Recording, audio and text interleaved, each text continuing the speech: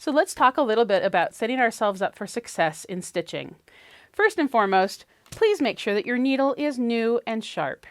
You are not going to do yourself any favors if you're using the same needle that you've had in for multiple projects, or if you've been stitching a long time on it. Most of our needles are designed to last for about 8 hours of sewing, so none of us really change our needle as often as we should. The type of needle is also very important. If you're using a universal needle, you are using what's a ballpoint tip, which means it's not going to have a very good piercing quality as it goes through multiple layers of fabric, especially when there's fusible and stabilizer in the mix. So instead, having something like a top stitch needle, a Microtech Sharp, even a quilting needle or an embroidery needle, those 4 are going to give you a really good piercing quality, and you're not going to have the same effect that a ballpoint needle will sometimes do, which is dragging a lot of the fusible gum up with it as it's stitching. So do yourself a favor, change out your needle, and choose one that's going to give you a better piercing quality for this kind of work. A lot of people ask me, what size of needle should I use? And my next question to them is, what size thread are you using? Because those two have to go in tandem. The size of your thread that you're using in your top should be partnered with the size of the needle that you're using for it. For instance, if you're using a really nice lightweight embroidery thread, but you have a very large-eyed needle, say a 90 or a 100 size needle in your machine, this little thread is going to be moving around a lot in the size of that big eye of the needle, and it could wrap around the needle as it's stitching and then cause breakage. Conversely, if you're using a really thick thread, say like a 30 weight thread, and you have a very small-eyed needle, like a 70, you're going to have problems threading that 30 weight through that tiny little eye of that needle, but also every time that it goes in and out of that eye, it's going to cause a lot of friction, eventually fray and break. So if you have the wrong partnership lined up between your thread and your needle size, you're not going to have the best success. For bobbins, I love to use a lightweight bobbin thread in my bobbin. The color right now does not really matter. Until we have our backing on and we're quilting, we're not going to be seeing the bobbin thread at all. So using something like a Monty Poly, which is a lovely thin and clear thread, means that you don't have to worry about your tension at all, because even if a little bit of that shows, you're never going to see it. Some machines can use the pre-wound bobbins and some can't. If you're not sure if your machine takes a pre-wound bobbin, feel free to message me and we'll go through it together. Quilted also makes some lovely pre-wound bobbins. This has got a nice lightweight embroidery thread on the bobbin as well. And these are actually reusable. So once you've taken all the thread off of these guys, you can wrap your own threads around them if you want to have matching threads or for when you're quilting. Glide also makes a fantastic thread for using in your bobbin. I actually use it on the top as well, but it's a lovely 60 weight strong thread. You can wrap a lot onto a bobbin, which means you don't have to stop as often and put another bobbin in, or, as we all hate, find out for the last 5 minutes you've actually been practicing and not actually stitching. So as we get ready to stitch, I've chosen a navy blue thread for this. You could use something a little bit more in between these two tones, or you could use the brighter blue, depending on which one brings you most joy. The thing is, this color is already a part of my project, and once it's on the entire thing, my mind is going to agree that that's just part of the project. You could use something completely more shocking if you want to add another element into this mix. The thing is, because we have applique flowers that are going to go on top of this, those I really want to be the soloists, and the background that we've created with these great woven fabrics is going to be a little bit more supportive. So that's why I'm choosing a thread that's a little bit more in the tones that are already here, as opposed to adding in a new element other than the applique that's coming later. Now for stitching, you can put on a walking foot for your machine, and the reason we like to use the walking foot is because it has the ability to move multiple layers through your machine without shoving. What it does is every time that you take a stitch, it moves the apparatus on the foot up and down so that multiple layers can slide through and feed evenly, hence the name even feed dog foot or walking foot. You can use a free motion foot in this technique using a zigzag stitch and create a satin stitch. The main difference between using a free motion foot and your walking foot to create a satin stitch is that you are in control of your stitch length. The width you still choose, and you want to make sure that you're using a free motion foot that has a wide enough opening for the needle to make a zigzag stitch. But the length is controlled by your hand movement. Basically, the rule is a fast machine and slow hand creates a beautiful satin stitch using your free motion foot. I highly recommend you give it a try, but maybe not on your project today. Make a little extra sandwich sometime with some fabric, batting, and stabilizer, and give it a go. And see what you can create. Know that the first time you try it, your stitches are going to look a little wonky, but that's okay. Keep going, and you will improve. And it will allow you a lot of creativity in your thread work going forward, not just in projects like this, but in applique, and if you ever want to get into doing some thread painting. Very fun and useful. Today we can just focus on using the walking foot though, setting our width and our length to the determined things. Again, moving off to the side of your project to test those dimensions first to see which one you're happiest with, and then writing those settings down so that when you get interrupted, you don't have to reinvent the wheel. So right now I'm going to set it to a 2.5 inch width and a 0.3 on my length. Every machine is slightly different for how you get those settings to go, so hopefully you have your manual handy if this is something that you haven't played around with before. Satin stitch is just a zigzag stitch where I've adjusted the width and the length. The length is going to be very tiny, which means it makes the stitches very close together. The width is just going to be how far back and forth across the seam that stitch is going to go. If you make it too small, it's a little bit hard to stay on that seam. If you make it too wide, those stitches are going to take precedence and really stand out. That may be the look you're going for, but make sure it's a choice. I tend to like to do the shorter edge first, because then I can kind of get a little bit more warmed up before I have to do the long edge. And I like, because this is going to be oriented in a vertical way when we have the flowers on it, that way the lines that I stitch last are going to be the ones that kind of show up.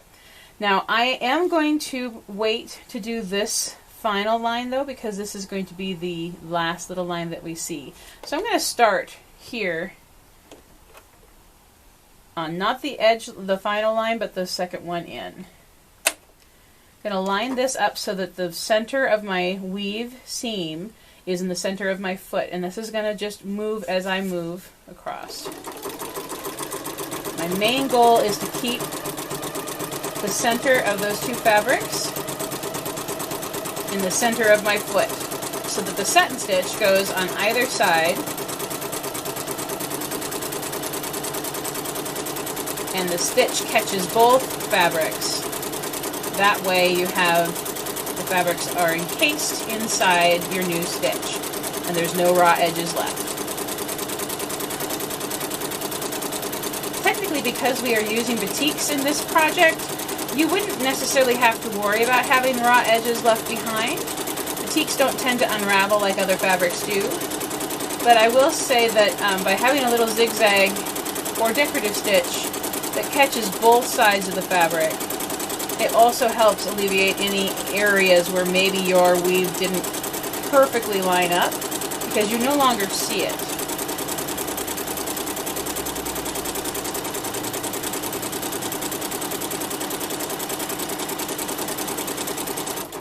To the other side. And we'll take it up and just take a little peek here and see if there's anything we need to deal with. But that looks pretty good. We've caught both edges of our fabrics on both sides of things, so now it's just a matter of turning on some music and relaxing a little bit. Keep your shoulders down and just keep stitching. We'll work all the way across the project, and then we will continue doing the long lines, and the final lines we'll do will be the other seams on the other side.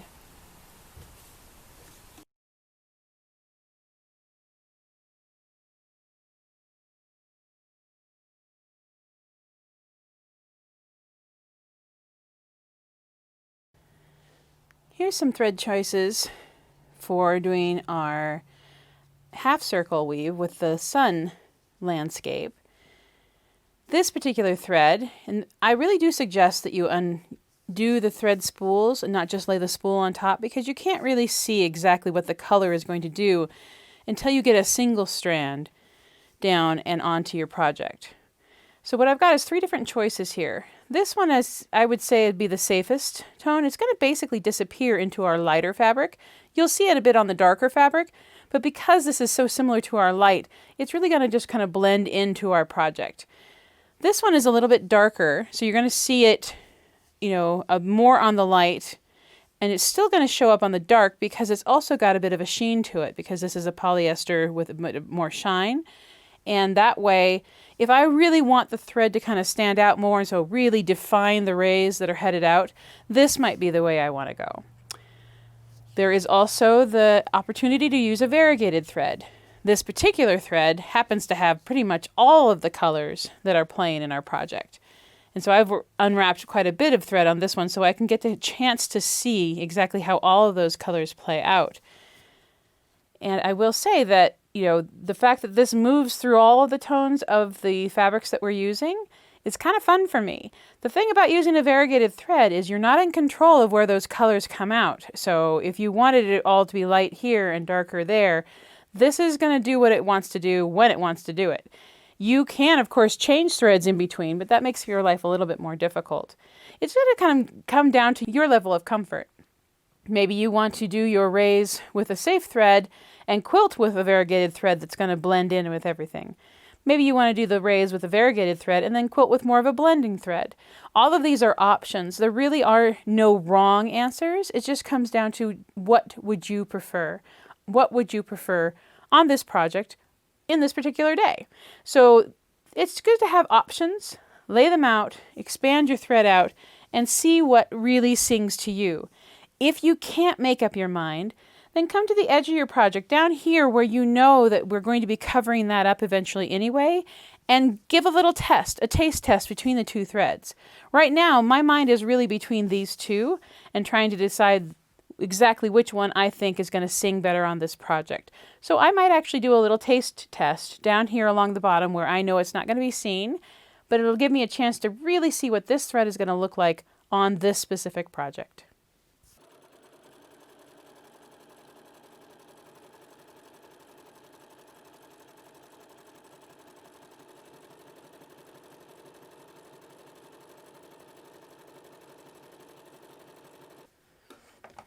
So here is the variegated thread going across the rays. I love the colors, but I don't necessarily love the uniform of what's happening here. So this tells me that I'm probably going to really like to use this in my quilting, when you're not going to see the definite edge of these colors changing, and not necessarily in stitching down the rays of my sun, because this is going to be an even pattern all the time.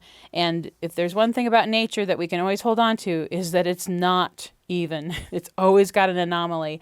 So I'm going to probably tuck this guy in and use this thread instead of the variegated thread for stitching down my seams. And then I'm going to come back to this thread when I go to quilt this, because having the variety of colors moving across this is going to be brilliant. This is why I like to test. So for this particular one, we can choose which one we want to start our stitches on, whether we want to do the rainbow stitches first or the raised stitches. If you think about which stitch you want to have on top, whether you want the raised to be the top stitch, then we're going to do those second, and we'll do the circles first. Remember, we had the option of either using the lighter sun for the center or the darker sun for the center. If you would like to use the darker fabric for the center of your sun, this could be a great time to take it to your iron and fuse it down in place. And that way, when you're making your zigzag half circle in this area, you'll be stitching your applique down as well. If you haven't made up your mind, don't worry. There's still time for you to choose.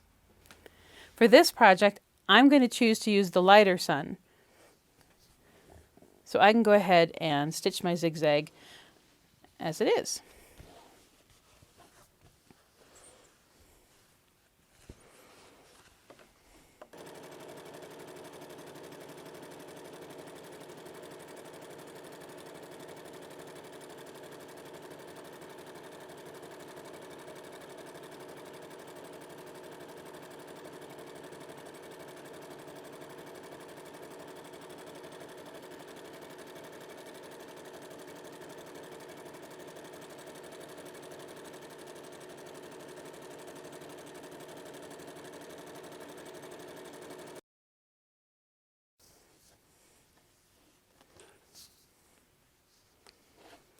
then we'll just continue stitching along all of our rainbow lines, and then we'll come back and we will stitch down our rays.